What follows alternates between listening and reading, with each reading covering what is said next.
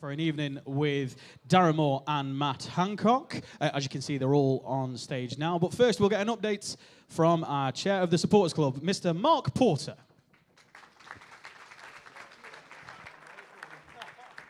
Evening, everybody. Well, what a year that's been, eh? Welcome along to tonight's forum. Just before we get underway, just a couple of things to update you on. And just to let you know that we'll be giving you some of the rules about tonight. Just to clarify any rumours on whatever site you've been on today. The questions haven't been pre-selected. I haven't signed an NDA with the club where somebody put on the other week. Now there's Dicko, have we, mate? Unless it was 6 figures, and then I might think about it. But unfortunately, I've not done that. And I'm not a puppet, which I was called this morning. So I think you'll clarify that, won't you? Okay. But if Darren says something, he's bigger than me, so I might become a puppet. But there we go. Welcome along tonight. Just a few updates. Our new website will be up and running very, very soon, won't it, Dave? Apparently. Because we went to school in the 80s, we're not that technophobe, so we've had to get other people in, and the guys who volunteered to do it didn't do it, did they? So it's left to me and Dave, and it'll be with us in the next couple of weeks. Chair's report, we've had a bad season, but hopefully we'll have a better season next season, and tonight's all about giving you that football journey and an update as well from Matt about the club. The statue update.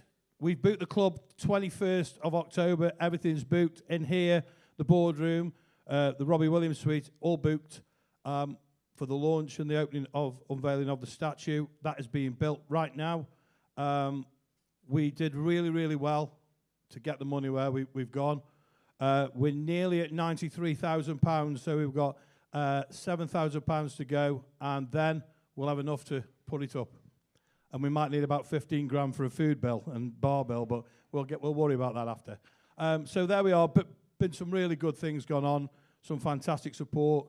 Dave's been a star. So's Dicko on the buses, and hopefully we can get them buses back next season, which will be great. And I just want to tell you, there's a comedy night on the 7th of June, Friday the 7th of June, compared by comedian Dave Twentyman, Potteries poet Nick Degg. Top comedian Patrick Monaghan. I think that's how you say it, is that right? There we go. And special guests on the night, we've got Louis Dodds, Andy Porter, and Tom Pope are coming along. And there's some great auction prizes and raffle prizes on the night to come along. So that's Friday, 7th of June. If you want some tickets, Dave's down here. Stand up, Dave. Oh, yeah.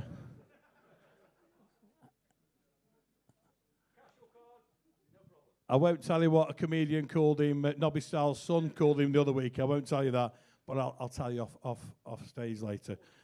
So tonight we've got this football forum for you, and with Matt and with Darren.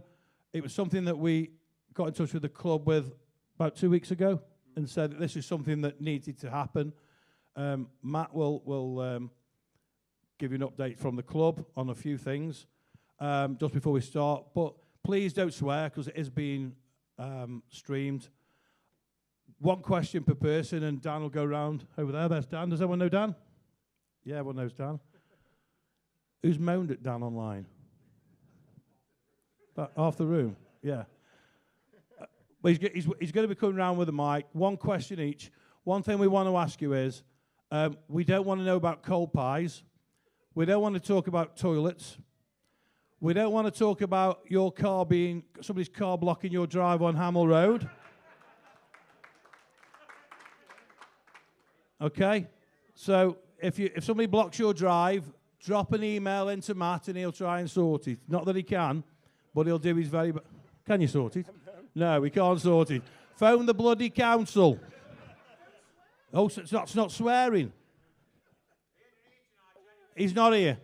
He's not here. He's putting cones outside his house. Crikey. He can't get out. So that's pretty much it. The other thing is, We are going to be talking about football. We're going to be talking about the club. We don't want you coming up and slating individual players because we don't think that's fair. If I did something wrong at work, I wouldn't want a performance review on YouTube. So please ask about players, not individually, but ask about the team. Ask any question you want, but let's not make it personal. Let's not attack a person.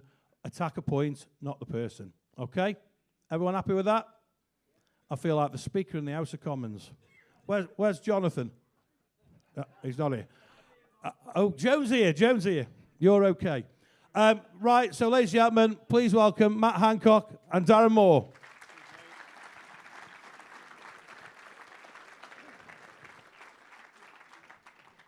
Yeah, good evening, everybody. As much as we don't want to talk about pies, toilets, blah, blah, blah, blah, blah, I do want to give an update on pies, toilets, and different things first, so we can get to the exciting bit, hopefully, and the bit that I'm sure you're all really keen to get to, which is the football. And you know, it goes without saying, tough season this year on the pitch in particular. It's been a really tough season, and I just wanted to address a few things from a club point of view before we, hand over to the floor and get going with some questions.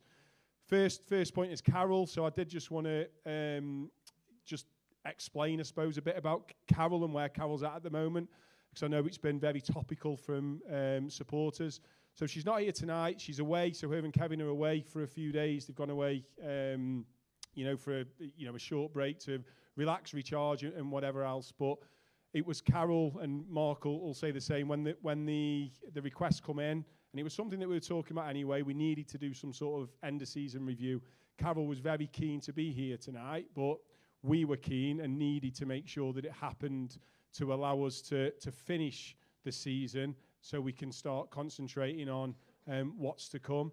Now, I'm saying that, so that was Carol. However, I do know, and this is for me now as in the privileged position I am as chief exec of the club, there is a change in how we want to communicate and how we want to do things as a club, and you will not see Carol as much visibly in terms of these sorts of things. She is very much committed to the football club, but I'll be brutally honest, she has been really hurt this year by some of the comments that that have been made against her, some of the comments that have or videos and things that have ended up, one in here to be fair, video that's been shared, and then comments that have then come off the back of it, and the words that she's used over the last few years that are then brought back when things obviously haven't been so good, and it has had a bit of an impact, and it's given I guess her the chance to reflect on when she does need to speak and when she doesn't, and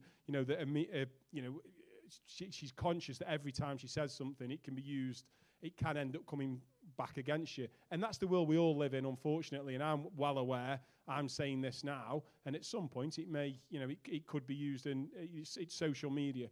Social media can be fantastic. It can be absolutely hideous, and I think we've seen the good bits of it when we've been doing really well, and we've seen the really, really tough bits of it when we haven't. So what you will see from the football club, there's absolute, and I'll touch on it in a minute again, but the commitment from the Shanahans hasn't gone anywhere.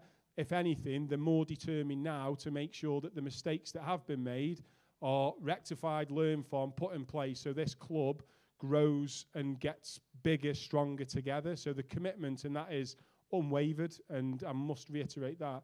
However, you'll see myself and I'm hoping other members of the team, and so our leadership team, but absolutely from a football point of view, Darren, fronting a lot more up.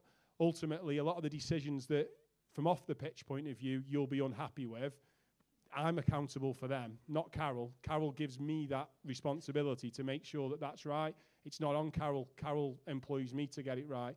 So I want to be, and I need to be, the person that's fronting, the good and the bad up on the majority of the time. So I wanted to kind of address that to start with. Linked to that is the finances and the accounts, because I've seen, again, quite a few comments about the club's position and where we're at. As I've said, well, as a waiver, I'm not an accountant, so I'm not going to start talking at you in any sort of financial speak at all.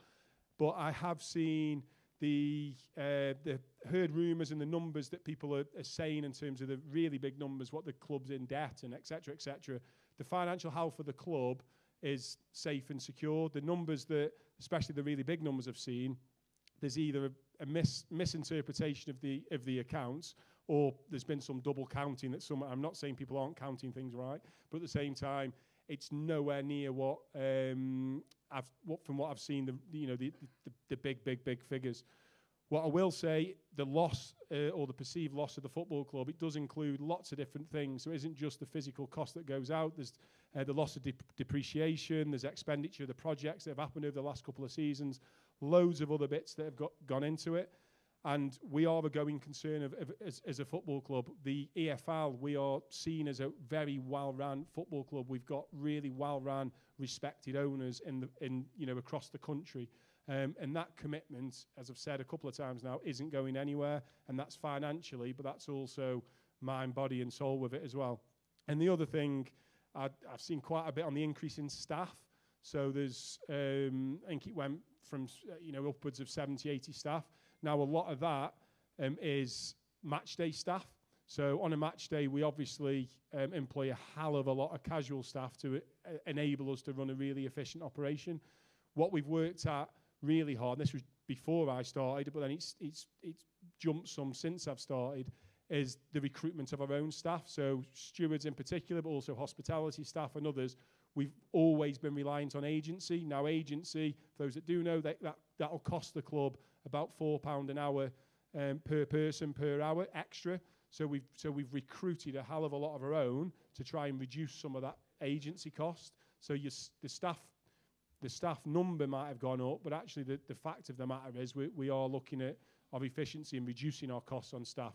And going into League Two, of course, we've got to do that again now because we need to look at how efficient and how effective we are running the whole operation.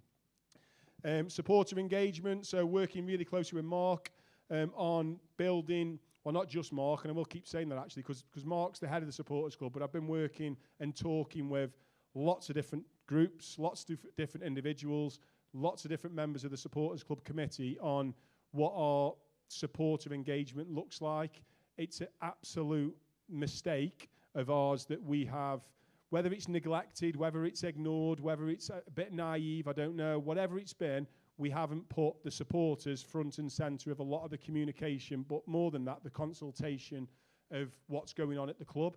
So we're building a supporter engagement plan now, which will be done before the start of this season, which will include how we are, as a club, officially getting voice into the club to influence or help us shape the decisions that we're making. So not what centre forward we're going to buy or what centre midfielder we're going to buy, but absolutely about the things that do mean a lot to you. So the supporter experience, anything around heritage, anything around the history of the club, what you as supporters want, any changes that would ever happen again in terms of the makeup of this ground or anything would have to be agreed and go through a group. We need to look at how that's constituted and what we do with it yet, but that is an absolute commitment we've done, and we do feel we have listened over the last 12 months. We know we haven't got it right all the time, but we've had the supporter summit, the supporter club information that we've fed through, been to supporter club meetings, worked really hard with Mark recently, and this is where we're going with our communication now.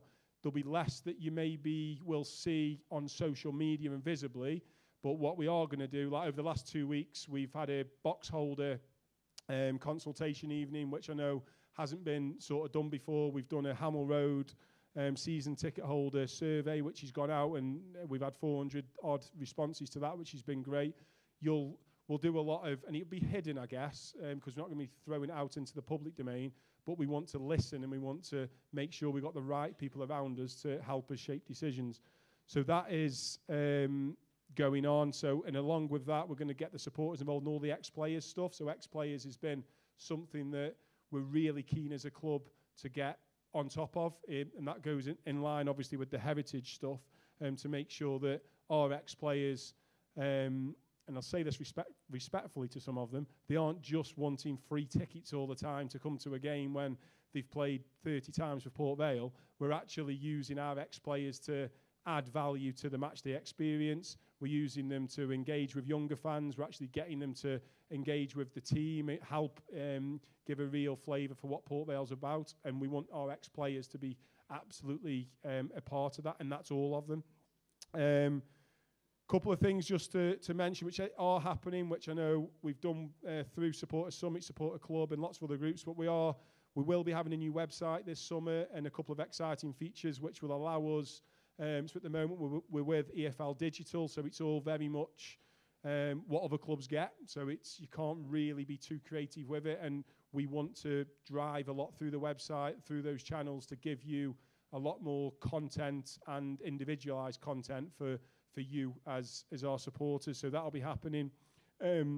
Season tickets, so frustrating. Well, I'll say frustrating that season tickets aren't on sale yet. I think for a lot of you, it was it's a blessing as well with everything that was going on. And I'm hoping, obviously, after tonight and everything that you'll start to hear, that you'll get that excitement and buzz for Port Vale next season. But we are moving. So there's been loads of issues with our ticketing, very well documented, and I've talked about it so many different times. But ticket prices are going to be frozen for next season, and that was done obviously without us knowing League One, League Two. However, I know there's still it's an increase of cost of living for you as individuals, but there's also a huge increase in the cost of everything for Port Vale as a football club. So, but I am delighted we're able to freeze the costs, and we are going to be moving to, and I'm going to say it, even though Dan probably don't want me to. We are moving with it's a local huge ticketing provider. So Ticketmaster are going to be our provider from next year. The reason why there's not a delay, but the reason why season tickets aren't on sale today is that we really want to get it right. So there's as little problems when the season tickets go on sale. So we've got through all the bits that are challenging. So when it comes to it, you've got a really good service straight away. So it'll be happening imminently. The prices and everything, I think, are out. If not, they're going to be going out over the next couple of days. But they are exactly as they are in terms of the tickets and everything this season. Toilets, so there's a dead quick one, but the paddock toilets, the work starting in the next couple of weeks. So that, as I've said a few times, again, that is happening, going on, done, will be done over the next 8 to 10 weeks. I mentioned the Hamel Road stand. So the Hamel Road we've had over 400 responses from the season ticket holders. Overall, I'm not saying unanimously, overall really positive feedback in what's been a difficult season. So we've not won many games at all at home. It's been a tough transition. The Hamel is trying to be a little bit of everything with it's the family section, it's the singing section, it's a little bit of everything. We're looking at it. We don't envisage too many changes to that stand in terms of the makeup of that stand, looking at the feedback. But we know we've still got to keep you engaged. Hopefully next season we're a bit better on the pitch. The results pick up, and we'll get a real gauge for what that then means in that Hamel Road stand. What I will also say, the fan zones come through heavier. That the fan zone, it's great, concept's good, as to the matchday experience, but we need to look at what goes on in there, the offer that goes on in there, how the makeup is, both from a commercial point, but also from a supporter point. So that is going to be going on. Last 3 things, programmes. So it's just to give it a heads up. This may be slightly contentious, I don't know. Programmes, we are, and I'm being really honest with you, we are reviewing the programmes as it currently is. What we've done over the last half of this season is looked at the programme. We don't believe the way that we're currently doing the programme, i.e. how it's always been done traditionally, so programmes every single game, doesn't quite work. And I mean that in simple financial terms. It's costing us upwards of £30,000 a year for the last 3 seasons. So it's cost us £90,000 to run the programme for the last 3 seasons. We sell around about 150 programmes every match day. And the minimum orders are nowhere near that of what we have to do. Obviously, there's the hospitality element, but we're reviewing it. There's options around, do we do something a couple of times a season? Do we do one-offs? Do we do specials? Do we do a monthly fanzine? We're working with clubs. We're looking at costs, but I just wanted to let people know that that's something that we are thinking about. Decision hasn't been made, and we are going to be consulting again on. So if you do feel really strongly one way or another, when you do start to hear and see things from the club, please feedback so we can put that into consideration. We're changing the pies, so I'm just going to leave that one there. So the pies will be changed. And then the final one, because I'm conscious I'm rambling on, is just around the football structure. So before we get on to the football, we as a football club, there isn't any intent to replace the director of football role. So the director of football role, as it stands, there isn't going to be a replacement for that.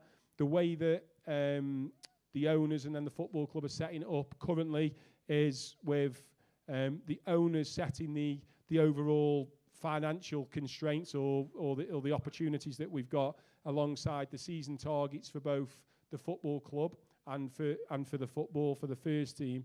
It'll be then and this is me talking with my football accountability on. As chief exec of the club, my accountability over the football will be to make sure that we're compliant, to make sure that the people in the HR side of stuff is done properly, to make sure that the finance works and that we're sticking to our budget, and then around culture, safeguarding the really exciting stuff I get to do all the time. So that's my accountability. Then with Darren, so Darren is then accountable for the recruitment, retention, management of the players, the recruitment, retention, management of the first team staff, managing that first team budget, and obviously the performance on the pitch. But one thing that we're both really keen on is ensuring that there's the alignment between the club, the first team, and the supporters. And I think that is one thing that as a pair and as a football club we've learned massively from, that we've got to get those three things right, because first team, club, supporters have all slightly been detached from one another, and this is me speaking candidly, I guess, and that's one thing that we absolutely are ensuring that gets right. And academy director, really, it goes without saying, the academy, and I know you'll all say the same thing, it's done an unbelievable job over the last couple of years. The players that we're seeing come through, it's one of the only highlights from last season has been, from a playing point of view, seeing those young players getting opportunities and being developed through. So Will Ryder will continue to oversee the performance of the academy, manage the academy budget, look at the youth loan strategy and youth pathways, obviously linking massively into the manager. And then he brings together a football, what we call technical board, which is about how we run as a football operation from an under-8 that comes in right the way through to the first team.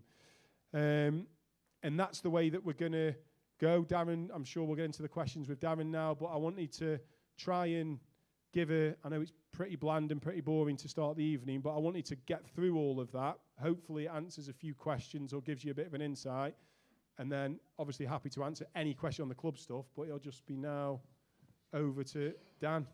Thank you. That was one of Matt's quick updates, by the way.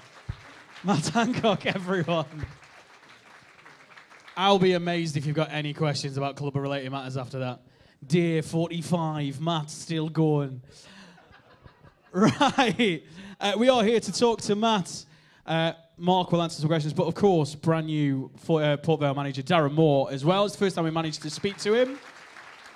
So we're going to open the floor for questions. Please wait until the microphone comes to you, because there's more than 500 people watching online. Richie Bates is... Oh, he's gutted. We haven't sold tickets. Yes, sir. First of all, thank you, Mark, for organising the event, and Darren and Matt for being available. I don't want to dwell too much on last season, but a question for Darren. What's your vision for the way that you expect a Port Vale team to play next season? First and foremost, good evening, everyone, and first, just thank you for the way you've welcomed myself and the staff into the football club on arrival here at Vale Park. So thank you very much. Going back to the question, what I would say is that what I've always liked my teams to be is a connection with the supporters. I've always wanted that, really, is that the supporters can connect with the team and stay and have belief in that team. So that, in terms of how he's playing, he's trying to play football on the front foot, trying to be engaged against our opponents, being competitive, and being in with a shout of winning games and sustaining. But my players giving everything for the shirt. I think that's the biggest thing, really, for me, is that when the players put that shirt on for Vale, they leave everything on the pitch. And I think that's what, if there's one thing that fans can associate with the team, is that, you know, if I gave you a shirt to go and play in Vale Park, you'd guarantee me hard work and commitment, desire, determination, and everything for the shirt. And I want the players to amplify that, really. And I think that's the biggest thing, really. Obviously, the flair and you know, attacking teams and getting after teams, obviously that's part and parcel of it. But the first things first is that commitment from the players. And I think once you get that commitment from the players, I don't think there's many supporters, when they see that effort, that drive, that energy from the team, they'll associate with that. And then I think all the other elements and all the other qualities come off the back of that. So I think that's the biggest thing for me, really, is getting that importance with the team. And what I will say is that any player coming to Vale Park to come and play for Port Vale, I'll personally have a meeting with them in terms of what it means for what they're signing up for, coming to the football club. And they have to echo them words, really, in terms of it coming here. And no player won't come and sign for Port Vale without the understanding of what it means to come and play for Port Vale. And the importance of why they're coming to Port Vale is to move the club forward. And I think those are the messages, really, that it's a real importance to me, and it's been a real importance to me when I've gone to the other clubs and teams that I've represented, in terms of the teams and how they've gone about it and displayed. And that's exactly what I want to bring here to Vale Park, really. I think that's important for me.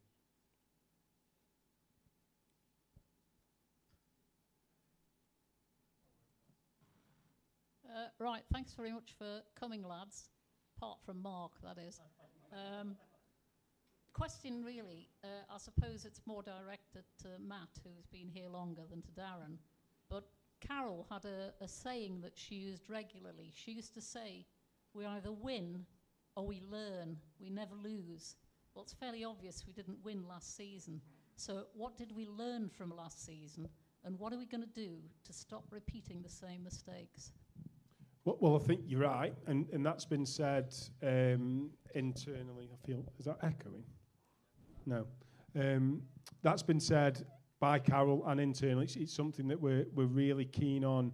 Yeah, we've lost a lot of games, and yes, we've been relegated, but what can we now put in place to ensure that it doesn't happen again, and we learn from it? And I think from what I've seen, and we've started over the last few weeks doing this, there's been, so on Tuesday, it's 5 years since the Shanahans bought the football club, so the Tuesday coming. Now there's been a fabulous 5 years of change. I think the club's unrecognisable. I think there's been lots that have gone on and off the pitch that have been some decent stuff.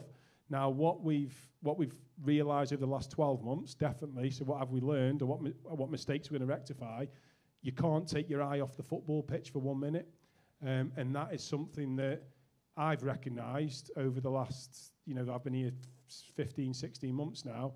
If you wander slightly from the football pitch, which I'm not saying we've completely wandered from the pitch, but we definitely had one eye away from it whilst we're looking at the opportunities that we've got to build other things in and around the football club, in and around the community, and everything else.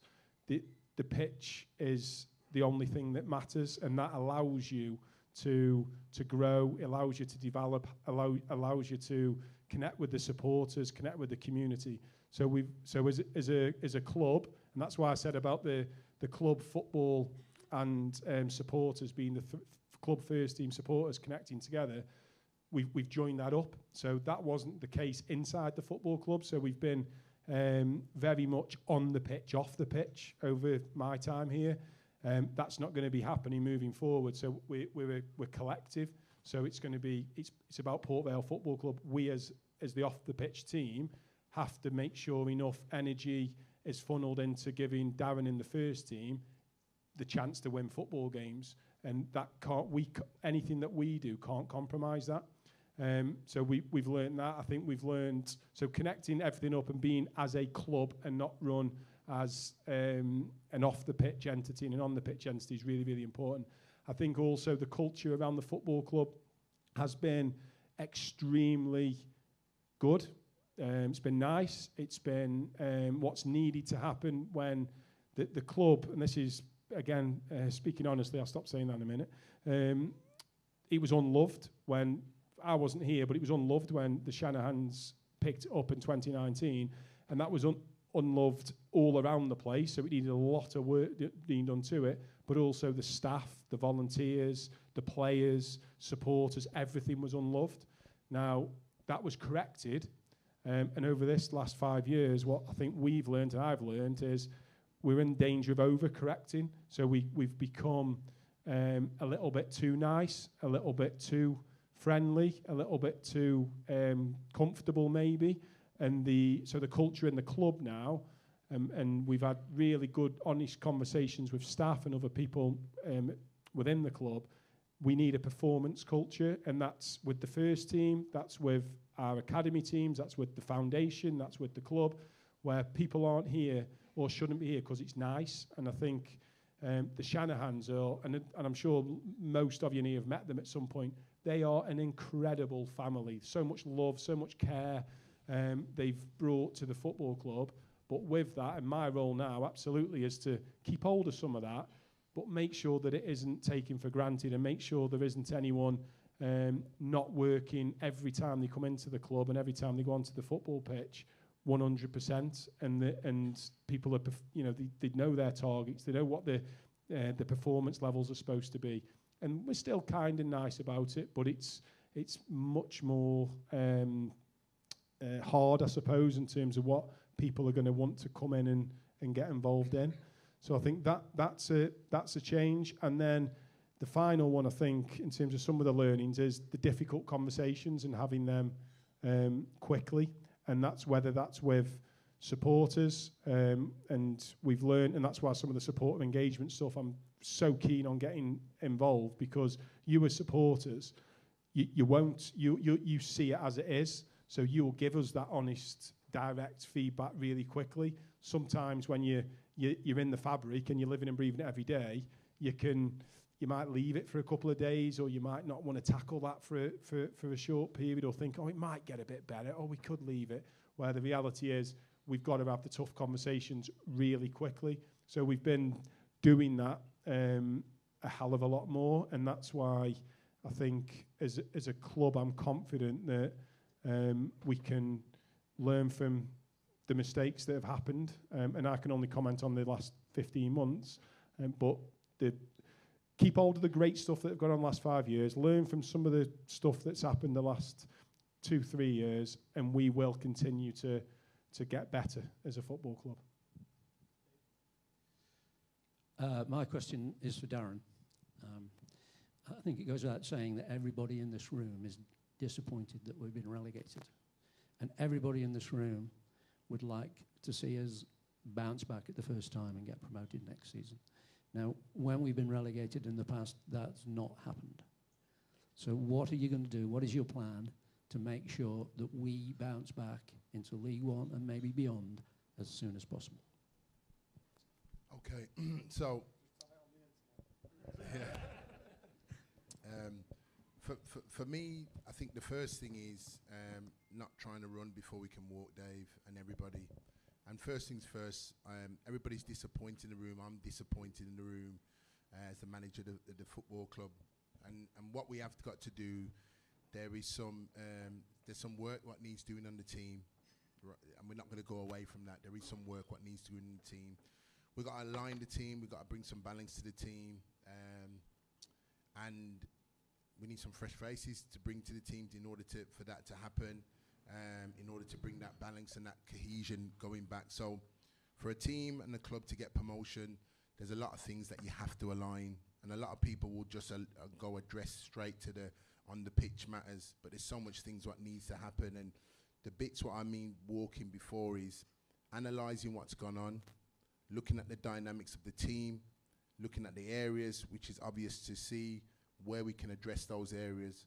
But it's then trying to bring players in and create a team where there's a synergy, there's a balance to it, and there's an effectiveness to our play.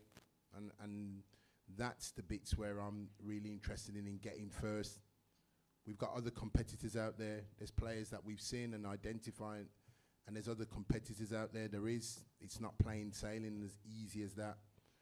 But we are working extremely hard, Dave, everybody in the room, to make sure that we're bringing the right players to Port Vale. Once you get the right players to Port Vale, then it's structuring and putting them in a program here that we feel they'll benefit from in terms of the skill sets they've got to bring that consistency over a season. Because as you know, with any team that gets promotion, it's not plain sailing as easy as what it says, but we will be doing everything we possibly can to get Port Vale, this football club, back up where we want to. But I think the biggest thing for me is bringing a healing to the supporters that, you know, I've seen some stats and figures since I've arrived here at Vale Park that are not good, and I can understand the disappointment and the frustration, probably not just over this season, but over the last 2 seasons. You know, I've looked at some of the stats, what's gone on here, and you as fans have suffered watching the football on the pitch, because I've seen some of the stats and that, you know, and you've not seen your team win many games over 2 seasons. So there's a real DNA in here that we have to try and break. There's a DNA in here that we have to try and mend, fix, and that's why I've always called out to the supporters that one thing that's been a consistent, we spoke in many areas around the football club, the academy, is the supporters have been consistently there supporting the team. And I think, as Matt said here, Mark and myself, we've identified areas with the team that we have to try and fix and heal and mend. And before we can do that, then we can see the team starting to thrive and move forward. So I'm fully aware of that. And that's the bit that it's our jobs here to see, understand it, and we're working incredibly hard to put that right. And that's why it's a real busy summer for us. Next question.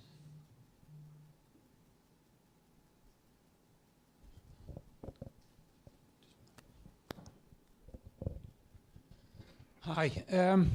How do we facilitate that change with 17 players under contract? Just because you see 17 players under contract doesn't mean that all 17 players will be here for the start of the season. So that's the best way I can say it to you.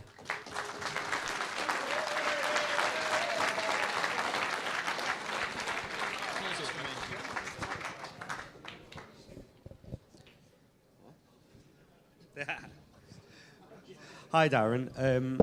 What does a Darren Moore pre-season look like?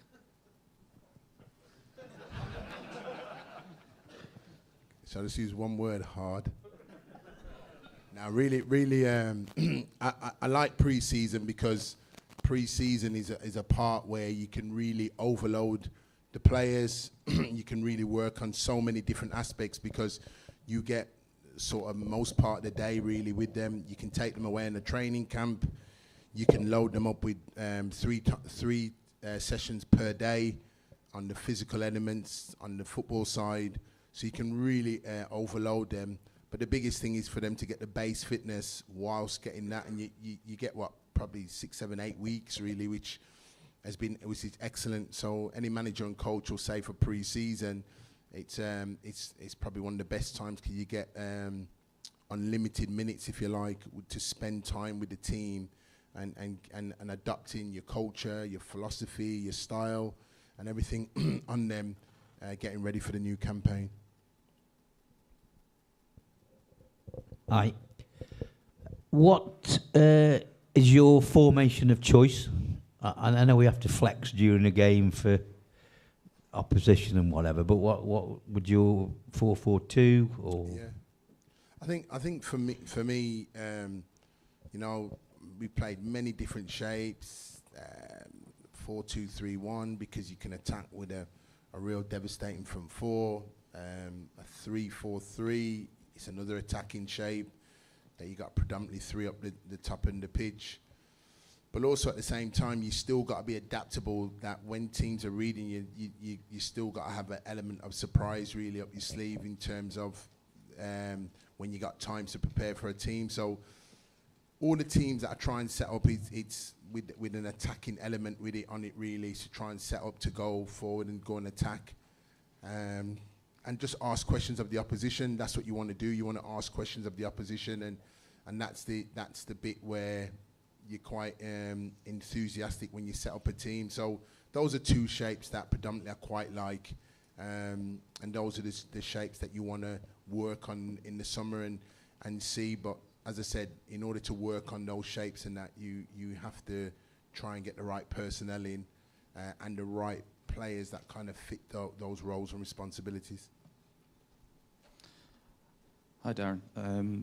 You sort of answered the question. I was going to say, in terms of your recruitment, are you recruiting for a particular formation, or are you going to get the bodies in and see what's the best formation for the players that we have? It seems that in prior seasons we've had a formation that we don't deviate from, and then it's square pegs and round holes. Yeah, no, for me, you do recruit for the positions, but I'm definitely a manager that when recruiting, the players that we recruit for is for a specific position, but also they've got to be able to, there's a secondary position that they can play in, because it's important to be adaptable, because as you know, when it comes to injuries, suspensions, potential loss of form, you can utilize and see and work people in certain positions, and that's, I think, really, really important. So for me, it's recruiting specific players for roles, but also there's an element that when we do look at them, is we see them in different positions. So I've analysed the group of players that we got now in terms of looking at them, and I know when I landed here, was looking at their roles, what they played, but looking at possible positions where they could have played that may be not the norm, but we could utilise them in the team. So when recruiting new players, there's definitely that element taken into consideration. Next question.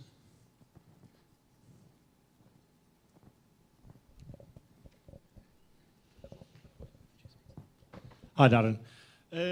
Obviously, for me as a fan, a club lives and dies by its recruitment. We've seen this season, poor recruitment leads to pretty much relegation in most seasons.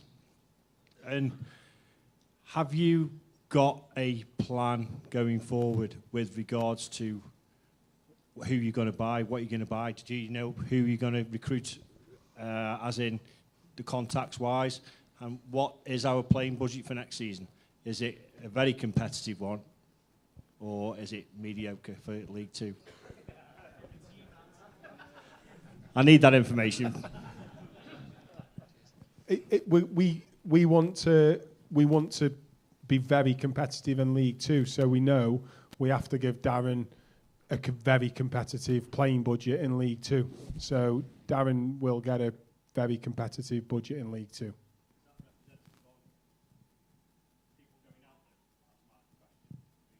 Yeah, of course. There's got to be the balance of, we haven't got an unlimited budget, if that's the kind of the question. Absolutely not. So there has got to be, as we've got so many players, in the building currently. So there has to be that, flex, I guess. So yeah, absolutely. But the budget will be a very competitive one in League Two. Hi Darren, what are the plans for the next 5 years, and considering you've been given a 5-year contract, where do you see yourself within them 5 years? I think no, it's actually a good question actually. Listen, ideally in next 5 years, it'd be great for me to sit here and say I see us in the championship. That would be great for us all to say that.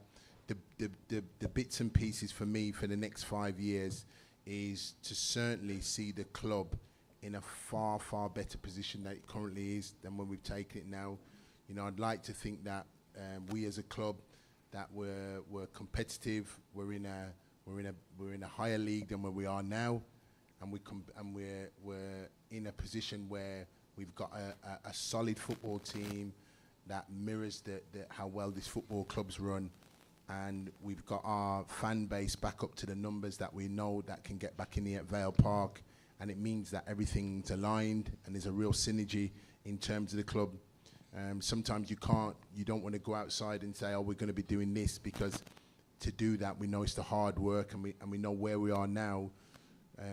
There's incredible work what needs doing, but I'm really enthused by coming to Vale Park and the project that the Shanahans has set and the determination that we want to do. But we know that, as Matt has said here, we're all aligned with it. So over the next course of the next year, 2, 3, 4, 5 years, so be it, that it's about progression and moving forward. We want to keep moving forward, and that's the most important thing, and not standing still. I think just to quickly add on that, going back to learnings, one thing that, again, we've recognised as a club, and this is what we have spoken about, we've maybe had too many conversations about where we want to be long term and 5 years and moving on, and not really focusing on the 12 months. And that's where we've gone at the moment. We're keeping a wandering eye on where we want to be and how we're going to develop as a club over 5 years, hopefully, with Darren.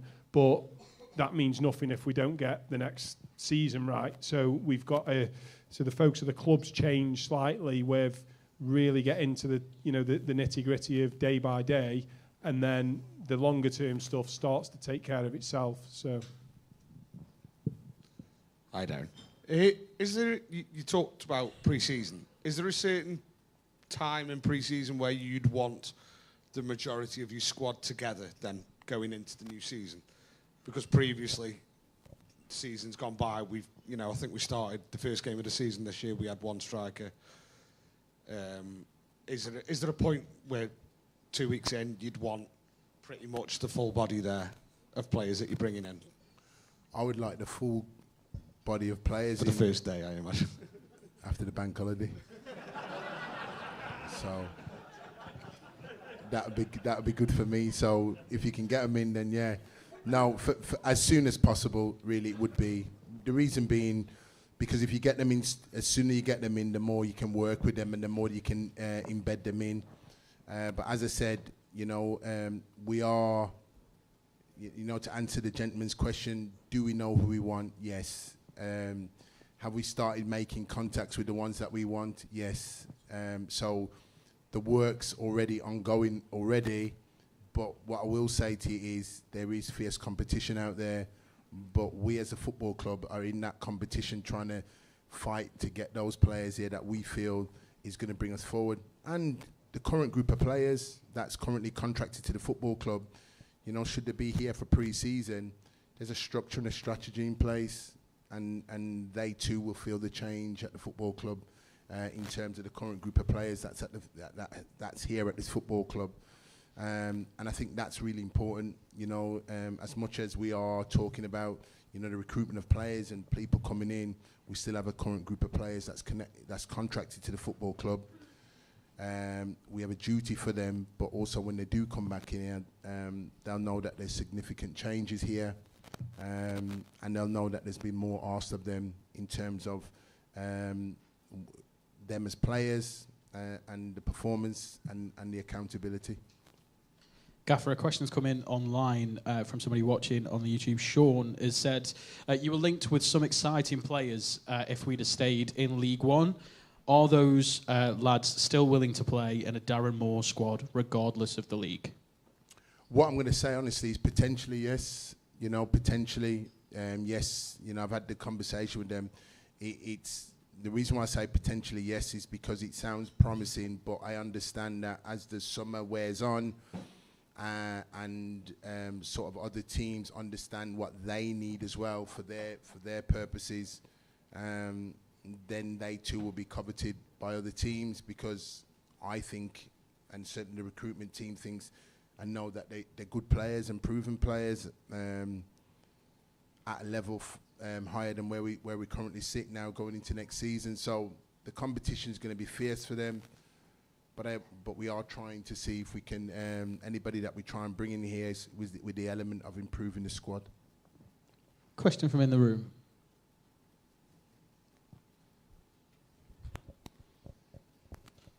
See who gets there first, Ben.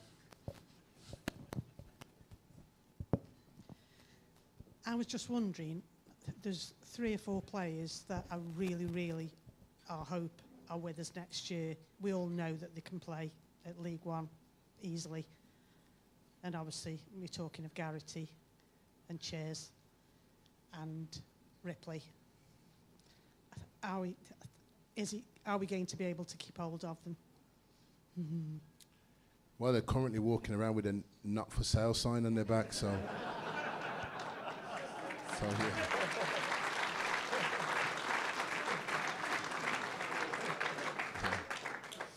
Now, what I will say to you is, obviously, they're contracted to us. Obviously, they're good players for us, and we appreciate what they've done. And we know they're good players, and I can understand the concerns. But as I said, they're with us as far as I'm concerned. That they're with us for next season, and the planning is certainly with them around in the squad.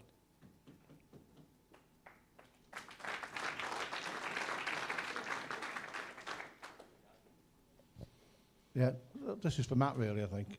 Regarding, you touched earlier about the EFL Digital and how it's changing. I know Sky are taking over, but do you think that's going to have an impact on fixtures in terms of messing about?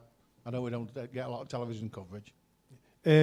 Potentially, yeah. We're still waiting for the information around it, but there is a likelihood that we may have a game or two that the kickoff changes. So I can't sit here and say how many or how much it is going to affect us. I'll say, because I know our international fan base and those that don't live necessarily in Stoke-on-Trent have been concerned about being able to watch the games through iFollow and EFL Digital. There will be an offer for that still, so we're going to be able to do our own sort of version of that. So the Port Vale TV concept or whatever that will end up becoming will be there. But the new TV deal just means that League Two will be less affected than League One, obviously, so that there is less games, which means there's even less chance of us having games move, but the potential is there, unfortunately. But we won't know that until way down the line at the moment.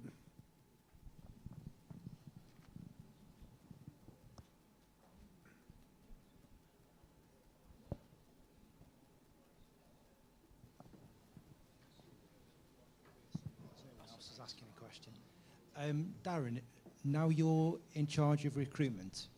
We had a real heavy focus on the last 2 years on data to identify players. I just wanted to know kind of what the recruitment process is for you now going forward with yourself. Is that more eyes on players, or are you still utilising the data to then go and after your targets? Yeah, for us, it's as much information as we can get. So we will use the data. We will get eyes on them. We will use our contacts. I don't think there's not many players out there that we don't know about them personally. We know about them as players, but certainly as personally, because we know people that have worked with them, and get as much information from that individual as we possibly can. So we will utilise the data, but also visually as well, get eyes on them. I think it's important. Without me giving too much away, there's games still going on now, and we got contacts going to the games to look at certain players. Don't want to give too much away, but that's what we're doing currently at the moment now. So and there's data building up. We got folders on players. We got data on them. So we're just taking everything into consideration, because we know that probably over the last couple of seasons, I'm sure the club was in positions as well where they wanted to sign players, and they've probably lost out to players that they wanted to bring here to competitors. There's been many players this season that I've heard Carol say to me that have been playing against us, that we had them here at the club and it was between us and another club, and they've opted to go elsewhere. So it's not like Port Vale's been in the position where there wasn't cover to these players. We've gone against players this season that you could almost arguably say they should have been in a Vale shirt playing for us against the opposition. So you look at things like that, and you're trying to put yourself in the best position possible to put the club forward and to entice these people to come to the football club. and be part of something we believe that is moving forward here at Vale Park. So those are the things. So when it comes to recruitment, all those things are taken into consideration, and it's open across the board in terms of, I'm quite an open book as a manager in terms of that, heads of departments here will kind of know when it certainly comes down to the latter parts of the stages in terms of the players, in why we're looking to bring this player here and why it's important for this player to sign for the football club. And if we can get them in, then we'll certainly get them in. So it won't be for the lack of trying, put it that way. Hi, question for Darren. Last season, it became evident in January once the two standout loanees that we had in left the club that we hadn't really got a backup plan in terms of contracted players that could step into those roles. And I think it's evident that everybody saw that the wheels fell off a little bit going into January because we didn't replace those players. Is there a plan to avoid that happening again, where we get those top quality loan players in? There's no getting away that they were top quality loan players, and ended up in the same situation. Yeah, and that's probably one of the things that you can say where we've learned from in terms of that. If you are to get a level of quality above in terms of a loan player in the building, two ways you can look at it. If you contracted him and to the end of the season, then happy days. You don't potentially have to worry about that replacement unless he gets injured. So when you get these players in of a level, you do have to think about, even if you've got them to the end of the season, what if they suffer an injury? Who steps into the play? Who steps into it? If they do get injured, do we change the style of play? All these things are taken into consideration. If it's on a small month one, if you get them until January, then you definitely know the minute you sign them, you're almost looking for the replacement. Or you're training somebody up in the team that if they do eventually go, that replacement's already in place. So these are the kind of things you have to take into consideration because you already know the duration of the contract. But even with players on the contract, you still as a manager are looking for other players that you think that if anything should happen, what does the team look like? So you can't, I don't think you should ever be one player dimensional, but that one player can help. But if anything does happen to him, you've got to find other areas where you can utilize the team to be just as effective. Next question. Down the front, of course.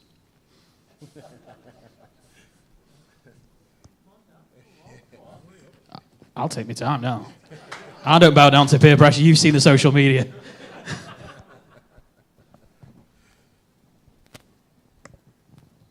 Hi, Darren. Last pre-season, we only played 4 friendlies, and I think it's fair to say the opening day didn't go well. Are we looking to get the players ready for the opening day, or are we going to play more friendlies? And we didn't have a home friendly because of the pitch. Will we get a home friendly on against the side, get fans in? Why did you only have 4 friendlies? Who knows? But we only had 4. We only had 8 players. I'm asking. Yeah. One was Jan.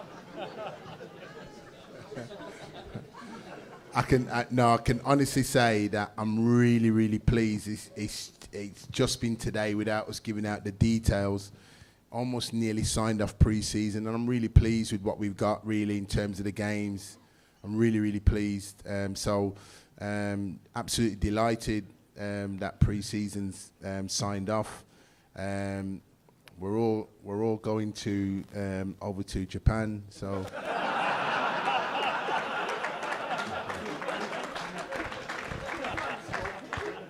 The fans are welcome, yeah. Now, no, we have just signed off pre-season, and we're really pleased because we've got some real high-level teams to play. We're just waiting on one more. We're nearly there just to confirm a potential 2 fixtures here at Vale Park, really. So we've got 1 confirmed, and then we're just waiting for the other one, really. But as you can imagine, with the season still going on with the teams in the top the top teams, we're just waiting at the moment, really, just to get this week and next weekend out the way, and then they'll confirm through. So, but I'm really pleased, and so we got more than 4 games. Next question. From what you've seen with our team last season, are you looking to shorten the pitch, or are we going to really work on fitness this season so we can play to our strengths? No, a real good question. A real good question. And with the honesty with the team, am I going to shorten the pitch? Don't want to. I think it can be a wonderful asset for us as a team. But also that will massively depend on the recruitment in terms of what we can get in and how we can get in. Also, the other dynamics will be is on a personal level, I think the balance and the physical elements of the team should have and needed to be better. The more I hear about that will stem from the pre-season, because a lot of your work's done then. And in the time that when you do come in to try and pick up the physical elements of the team, it's very, very difficult to do that. So it's a great question, because that's mistakes as well that's been made as us as a football club, and those are the things that we've got to try and rectify here and now, and those are the things that we're looking at. So do I want to lessen the pitch size? No. But we've got enough time from now until we submit it into the league to look at the dynamics of the team. Hi, Darren. Because our pitch is so big, do you like wingers? Are we going to see wingers down here? Because our best performances in the 90s were when we had two cracking wingers. Yeah, and you know, with the pitch dimensions that we've got, present itself for particular players that. And as I said, you know, it can be a wonderful asset for us, because the flair type players that you need on the pitch, really. So that is taken into consideration, and I've named a couple of shapes and formations there that, if you look into it, would warrant that, really. So we do look at that, and that is an area that the recruitment side, that we are looking at players in those areas that we think can be effective for us going forward. So yeah, we're looking at all those aspects, and all those is taken into consideration when looking at the team dynamics for the up and coming new season. Next question.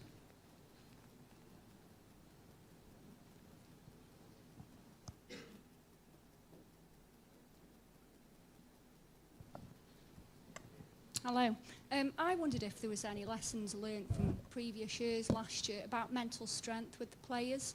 I know previously we've had teams and we would say, you know, they don't know when they're beat, but then this season, sometimes if we've gone 1-0 down already, I feel like we're going to lose. So I wondered if you have any tips, or what you do, or if we've learned or recruit any leaders. How do you keep the team, if we are having a bad spell or we've gone 1-0 down, mentally strong to then go on and win the game? Yeah, and I mean, again, that is something that is, and I think there's been elements of that being suffered here, and I think it's just been accumulation here of that, and I do feel there's been elements of mental fatigue, mental toughness, however you want to call it, with the players and there when performing, that having gone a goal down, there doesn't seem that spirit to try and get it back and get back in the game. And sometimes you have to go with the facts, and the facts would present that, and the facts does present that. And the first time when I felt that here, which I couldn't understand, was the Fleetwood game.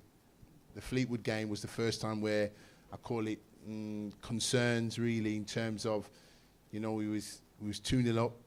They scored in the 88th minute, 6 minutes of injury time, and we drew the game. But if you cast your mind back, we should have lost the game in them 8 minutes, having been 2-0 up.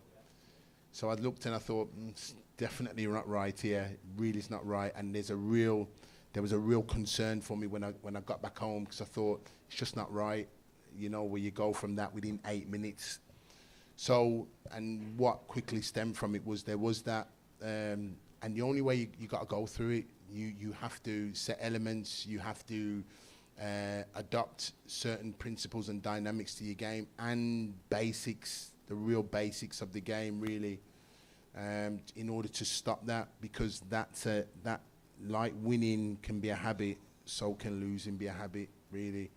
And unfortunately, I sit here and it's not easy, because I said it to you before, there's been a bit of suffering in terms of that. He suffered here at Vale Park, and this season, when you look at the points, what we've accumulated here, let's face facts, it's not been good enough by any stretch and any means. So we understand that. I said it at the end of the season. We came out on the pitch, myself and the team, not for the fans to applaud us for the season, was for us to give some sort of consolation to use as the supporters for your support, because it's not been easy, and I know it's not been easy, and I sit here as the manager, and I'm grateful to be up here tonight to understand the suffering that you've had over the last couple of seasons. And certainly I've not come to the football club to certainly continue that. You come to the football club because I embrace the challenge, what's ahead of me, and I know what the work, what needs to be done ahead of me, and the only way is hard work. So in order to rectify and get that back and get Vale Park bouncing again, you know, I've been here as an opposition manager and played against you as an opposition player, and when this place is in full voice, it's an intimidating place, and we got to get you back into that.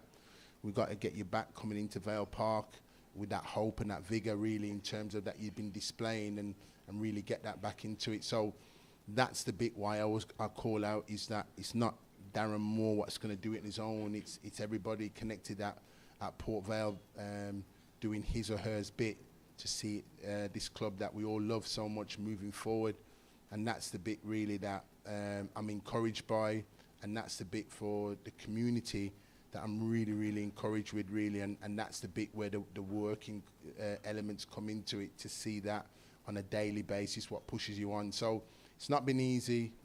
Yes, there's been a real kind of somber mood in terms of when we have fallen a goal down. And as I said, you know, we've been in positions this season where we've been 2 goals to the good and drawn a game or lost the game. So therefore, there's big factors in that I understand that, and looking to correct that from now to the start of the season.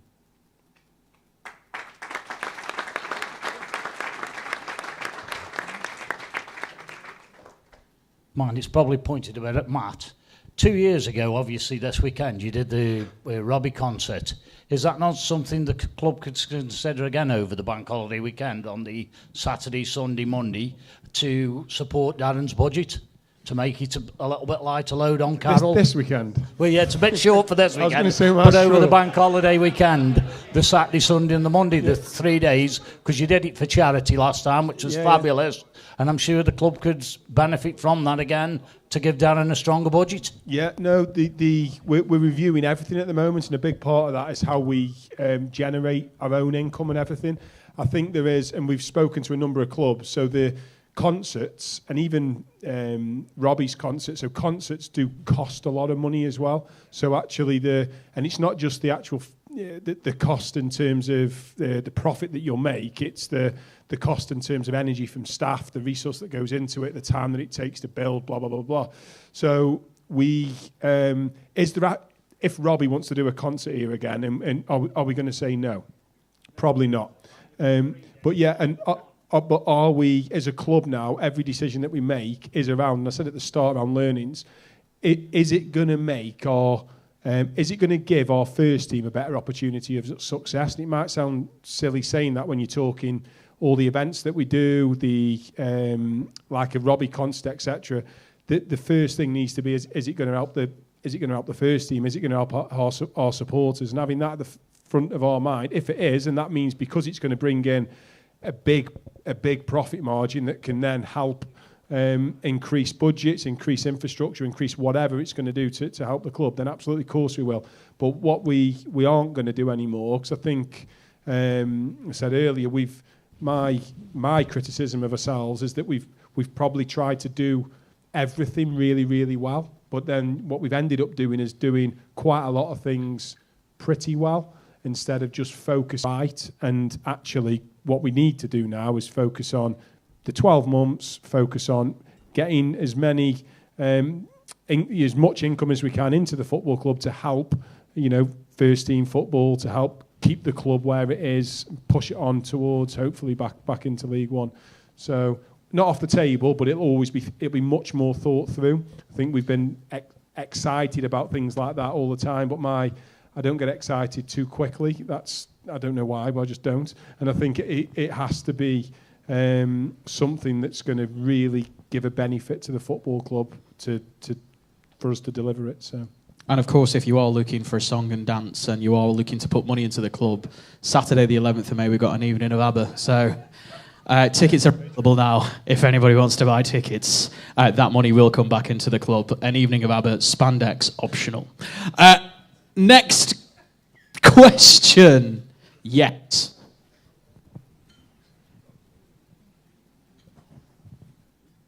Hello. For the Exeter game, a few seasons ago, we had screens in the Amel end. Could something like that be done for the Euros to put money in the club? That is so strange, because literally the last conversation I had before coming here was about the Euros and are we going to look at anything to do with the Euros? And it links to that question, because we may do, but what we've got to do is make sure that it's costed out, it's the right thing for the football club, it's going to make sure that it is going to make money for the football club and ultimately do some... Is it always just about making money, or is it going to engage supporters again? Is it another way of getting people to the ground and things like that? Because we've been again guilty of, in the close seasons, last one for one, when I've been involved, trying to do too many little events and try to do too many things that, again, isn't just about the profit margin, it's the staff time that it then takes, and people have got, and I'm sure there's a lot of them in the room now, there's a busy summer ahead for us to get ready for what we want to do next season. So, but equally, people need that bit of time off as well, so it's just weighing up the risk against reward. But it's literally the conversation that we had before, so we'll see where it goes. Next question. Just to give some clarity on it, Robbie was going to sing, and then I said I was going to do a backing singing, and he said no. So he was going to do it, but I put the dampers on. Darren, over the last couple of years, we've recruited a lot of injury-prone players. What are you looking at, what players you're going to bring in to stop that happening again? I know you guys can get injuries, but we've taken a lot of injury-prone players from other clubs. How's that happened? It's not your answer. Yeah, no. Sometimes, and that's why you get the availability of the players, because you have to look at the playing, the minutes on the pitch, the robustness of the individual, and there's a reason why you're getting them. Probably because there's elements that they haven't played a lot of games, and that's the reason why they're probably in it. So you got to look at all those bits and pieces and be in with a shout, really. So when you're looking at that. And if the players have not played many minutes, and then you bring them into an environment where they're expected to play a lot of minutes, it's almost like starting from scratch and then going full volume. Then it's a recipe for disaster a bit. You can still get players that have played a lot of minutes, and it's a contact sport, and they can still get injuries, but you can still negate that by looking at when you're recruiting players in terms of their playing record and background and the last season where they've been at and everything else going forward.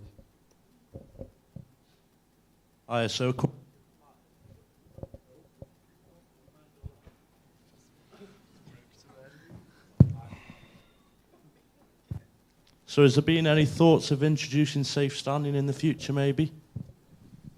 There's been conversations about it. So yes, in answer, is it going to happen for this season? No. Are we interested in looking at it? Absolutely. That again, though, we've had a tentative conversation around it with Mark and the supporters club. It will be fully consulted. It has to be agreed, obviously, with the safety authority would have to agree anything which we feel our relationship with them would be a positive one, but it goes back to what I've said at the start again. It's about is it what you want? Is it what the supporters want? So there'd be a hell of a lot of consultation around that before we did anything. But yeah, have we got appetite for it? Yes. If obviously you do as a group. Hi, Darren, again. We've seen all 59 games this season, and the 58th was at Bolton, and that just happened to be our golden wedding anniversary. And so we celebrated by watching Vale get relegated. Now,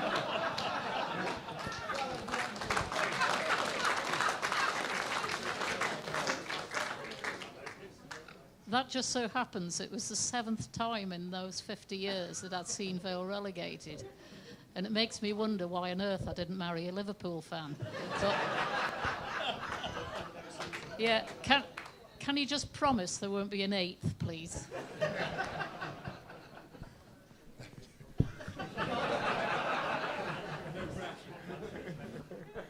No comment. Next question.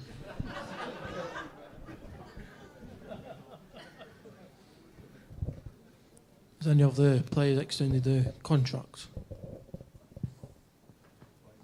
Like I said, has any of the players extended their contracts? I think we're in discussions with three of the academy players, aren't we? Yeah, there's a couple of the younger players that we're in conversation now as we speak in really to look to extend, because I think if we can, then it'd be great to see them extend longer and develop further with us. Are you keen on having an open day to get the fans back on side? An open training session. Yeah, I love that. Yeah, for an open day training session, new season.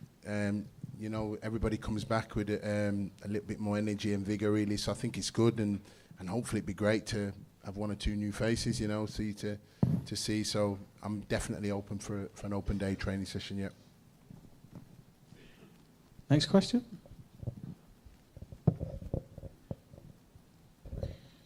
Probably to Matt. Kit-wise, where are we at with new kits? New kit, we haven't, again, I know it's all being talked about now. There will be a kit launch, obviously. Well, yeah, we'll have a new kit. You'll be surprised to know. Sometime in June, I think. But it hasn't been, I'm looking, where's Richie? Somewhere up there. Sometime in June, I'm guessing. Yeah. And you'll know when I know, by the sounds of it. Yeah. It's more probably to you, Darren. We've got Jack Shorrock and James Plant, and they've both been played at wing-back position pretty much, and it doesn't really look like the strongest position to the outside. What's the plan going forward with people like them pair that have been shoved into a place which has probably harmed their development rather than promoted it? Yeah, I don't think. I mean, both exceptional players. Both have done really, really well. I'm sorry to see, obviously, us lose Planty towards the end of the season, and obviously both have been sort of forced into position with the injury or loss of form. But I think certainly where they've both been at is the beautiful thing for those two. They're quite adaptable. They're both attacking players, but they've been both adaptable in terms of being the defensive side of it. But I think both of them has certainly been pluses for Vale this season on a personal, in terms of both young players, both had massive exposure to first team, and both will do them the absolute power of good for next season in the exposure that they've had.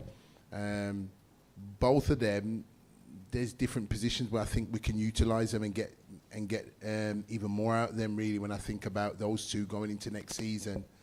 And I'm really quite encouraged with the both of them in terms of the attributes that they've got, and certainly they'll be stronger for it for next season after coming off this season, going into the summer break and coming back in pre-season fit and well. You know, I had individual player reviews at the end of this season a couple of days ago, 3 or 4 days ago, and it was great to see the response that the both of them gave me towards this campaign, but how they see potentially next campaign going for them as individuals. And I'm really encouraged by them with the maturity that they've shown for players so young. Question for Darren again. I think one of the key positions that we've probably been lacking in is an out-and-out goal scorer over the last couple of seasons. Is that a position that you are focusing on for the coming season? And also, out of the players that have been released and the players that are in contract, can you give us an indication on how many you expect to go out and how many are coming in? Yeah, no, I mean, if I could look in a crystal ball from now till then obviously we'd be able to give you the numbers, but it's difficult to give you the specific numbers, because the reason why I can't give you the specific numbers is because there's a willingness from us. We've identified the areas where we do need to strengthen, one of those areas which you've highlighted there, but also there's other parties involved in it, and bringing them to the table to come and, you know, play ball, so to speak, in order for us to do our business and do our work early. It's difficult, so it's not from our point of view. We know where we want to be. We know what we need to do in order to make Port Vale look more accessible on the pitch and that. But there's so much that needs to go for that to happen, really. In terms of players going out the door, you know, I've said it, you know, before, is that yes, we got a lot of players contracted to us, but in the dynamics of football and the footballing industry, you know, 24 hours is a long, long time. So how many's here come to start the season or pre-season, you know, we'll wait and see how that goes and develops. But as I said, you know, we go back to the here and now, and the here and now is making sure that we're not trying to run before we can walk. You know, we've analysed us as a football club. We're in the strategy, the planning stage. Before you can then implement the plan to action, you've got to make sure that, have we identified the mistakes that we've made? Have we held our hands up with the mistakes that we've made? I think Matt's alluded to that. But what we are trying to do is eradicate as many of those mistakes, so we're not going into next season with some of those things that we haven't learned from hanging over us going forward. And that's what we've tried to do, and that's a lot of time that we spent now is being honest and reflective of ourselves, and then moving into next season. But we're moving into next season all as one, and that's the beautiful thing, that we're all as one. Every single one of us in here have got our parts to play for next season, and that's where we're all at the moment. Me again, Darren. Do you have any, this could be a simple yes/no answer, but do you have any plans on changing the club captaincy? I can give you my reasons why I'm asking that, but I am going to change the club captain, yes, and you'll see who that individual. We'll probably end up changing the club captain, and we'll probably have an on-pitch captain and an off-field captain that we feel is probably right. In terms of that, there's a strategy and dynamics that's going to probably change there. So yeah, we will be doing that. Thank you. Next question. So, Darren, we talked about earlier in the forum about players staying in the club. Have we got any players that are going to be leaving the club? Is that confirmed yet? And who?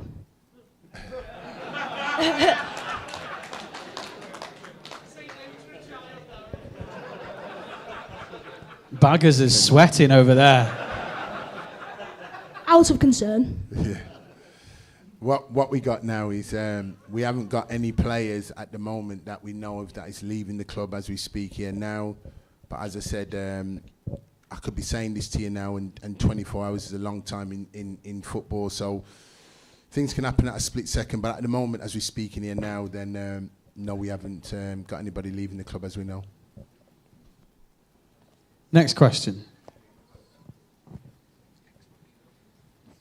A question for yourself again, Darren. There's been a lot of criticism of certain areas of the squad, certain members of the squad, certain people within the club for results this season, and understandably so. But one thing I have noticed is there's been some criticism of yourself as almost coming across as a little bit too nice. But what you have said is that you've walked into a group of players where there's a lot of mental fatigue there. Maybe, mental strength isn't where it should be. So does that feed from a need to maybe put an arm around a few members of that group? And will your approach change going into next season? Yeah, no, I think definitely the approach has definitely changed, and the group of players will, when they do return back here, will notice a significant difference when they step back into the football club, and how we work and how we train on a day-to-day basis. There'll be significant change. Obviously, at the time when I did come in, the needs must was here and now on the pitch. The games are coming thick and fast, so you try and lend your support to it, and it's kind of trying to ease and take the pressure off them, and then trying to get them to go on and pitch and play more freely. And I think that was the element that we was trying to do, because there's been so much change with them over the course of the season, and so much happened that you're just trying to, without doing too much, you're trying to like sort of almost cajole them along and be part of it, and be that support mechanism for them. And that was the thing that we was trying to do. And of course we suffered injuries to one or two, which disjointed the squad. There was times this season we 24 hours prior to a game, players would be getting injured. I remember going to the Derby game and 3 getting injured on for the Derby game. We played Derby away, so they're not. It was coming over a lot of hurdles and adversity, really going along the way, really. So that was what was faced with. I think what we've got to do this season in pre-season is complete change. Almost tear up the script, if you like, and get back to what we know that needs to happen within the group. And that's why I was saying that the current group of players, when they do come back now, my message was to them is, enjoy it, like have your summer, but they're coming back, and when they return back to me on day one with what they've got to do over the summer, I'll know from day one whether they're really committed or not, because I've set a program for the summer that will ask a question, and they all know in terms of when they do come back, and I look on them when they come back, I'll know exactly where they're at, and that was spoken to them immediately after the game was finished at Cambridge. Immediately the message was put to them, and 2 days later when they came and saw me individually, that program was set for them. So they've got a responsibility now for the summer that they'll have to do what's been put and given to them for them to come back in the shape and condition that we want them to do. So it's a restful summer for them, but it's not a restful summer where they feel they can do what they want to do when they want to do, because in order to be back in the shape and condition that we expect them to be, and when I say we, because I'm saying you as well in the room, there's a real responsibility for them, and I think that's really, really important.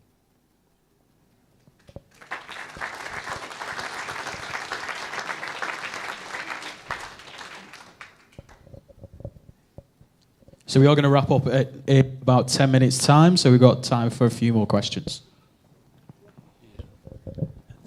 What you've probably worked out already, Darren, we're all daft enough to follow this club forever. But what we won't tolerate is players that don't put effort in. And I know you addressed that from the off, but that's the biggest thing. It's certainly the biggest thing for me, and I think with a lot of supporters, is that effort. And it's not...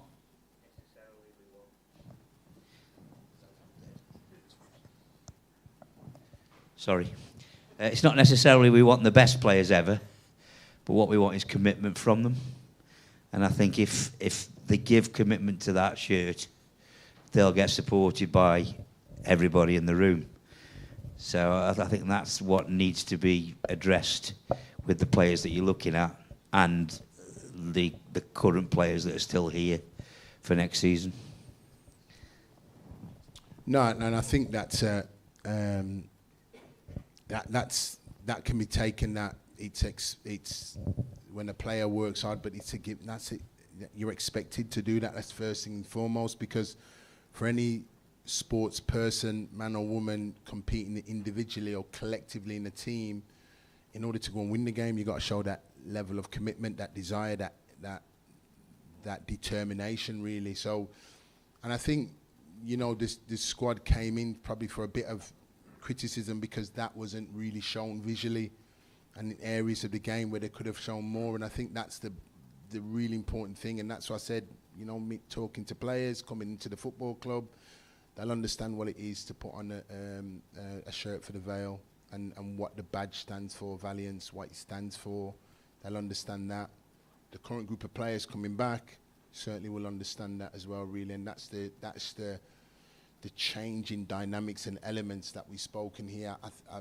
We spoke about. We're not going the complete opposite way, but we just spoke about a real soft culture within the football club. That it's a respectful culture, really respectful culture, but also we want an element of a working, really determined culture. And as I said, you know, I've been in different environments and culture, and certainly here with the group of players, they're absolutely magnificent. But there is elements where I've been in cultures where it's been a harsh culture because we want to win on the pitch, and there's nothing the matter with it, but it's as long as it's controlled and deemed within the right way. I just felt working with the current group of players, there was that edge missing off them really when it came to that real edge, and certainly I just feel we just got to bring a little bit of that fire in the belly back really, in terms of that edge really, to go and to perform and work hard at all costs. And listen, sometimes there's going to be games next season what just don't go your way, just doesn't go your way, but there's still got to be that right desire and approach to approach the game, and right the way to the final whistle, give that all really. And I think that's another area that I'm fully aware of, and there's a determination to get that right.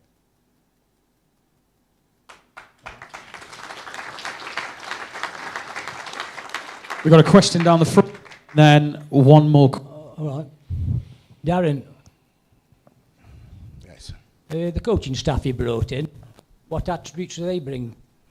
Yeah, they're all from Jamie, Gary Walsh, Wayne Jacobs, all from when I was when we was up in the at West Brom in the Prem. So they've vast experience, huge experience, and then obviously Lee. I brought Lee Bradbury in because he's been a former manager at Bournemouth and Eastleigh and that. So he's been where I've been. So the hidden areas where you're looking at that I face day in, day out, he almost like sort of jumps to that. And he's a striker, he's a coach, so he brings a different elements of that to the coaching team. Jamie I've had with me from day one, Jamie from West Brom, Gary Walsh, my goalkeeping coach at West Brom, and Wayne. So I've brought as much vast experience as I possibly can in their experience on the pitch, but their experience off the pitch as well, really. And I've tried to bring it as much as an experienced team, so it allows to give me the energy as well, really needed on the day-to-day running in terms of the football side, and them understanding that. And that's the bits and pieces.